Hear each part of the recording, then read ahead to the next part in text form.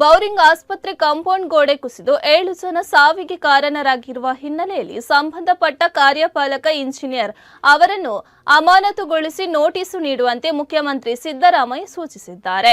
ಭಾರೀ ಮಳೆಯಿಂದ ಬೌರಿಂಗ್ ಆಸ್ಪತ್ರೆ ದುರಂತದ ಹಿನ್ನೆಲೆಯಲ್ಲಿ ಅವರ ಅಧ್ಯಕ್ಷತೆಯಲ್ಲಿ ಜಿಬಿಎ ಆಯುಕ್ತಗಳ ಸಭೆ ಜರುಗಿದೆ.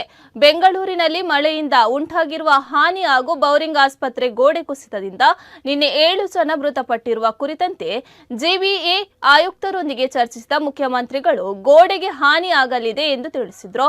ಕಾಮಗಾರಿ ನಡೆಯುವಾಗ ಮಣ್ಣು ಸುರಿದದ್ದು ಏಕೆ ಎಂದು ಪ್ರಶ್ನಿಸಿದ್ದಾರೆ. ಗೋಡೆಗೆ ಹಾನಿಯಾಗುವಂತೆ ಮಣ್ಣು ಸುರಿದದ್ದು ನೀವು ಏಕೆ ನೋಡಿಕೊಳ್ಳಲಿಲ್ಲ ಎಂದು ಆಸ್ಪತ್ರೆ ಮುಖ್ಯಸ್ಥರನ್ನು ಮುಖ್ಯಮಂತ್ರಿಗಳು ಪ್ರಶ್ನಿಸಿದ್ದಾರೆ. ಬೌರಿಂಗ್ ಆಸ್ಪತ್ರೆ ಮುಖ್ಯಸ್ಥರಿಗೆ ನೋಟಿಸು ನೀಡಲು ಸೂಚಿಸಿದ ಮುಖ್ಯಮಂತ್ರಿಗಳು ಬೆಂಗಳೂರಿನಲ್ಲಿ ಗುಂಡಿಗಳನ್ನು ಮುಚ್ಚಲು ಕೂಡಲೇ ಕ್ರಮ ಕೈಗೊಳ್ಳಬೇಕು ಎಂದಿದ್ದಾರೆ.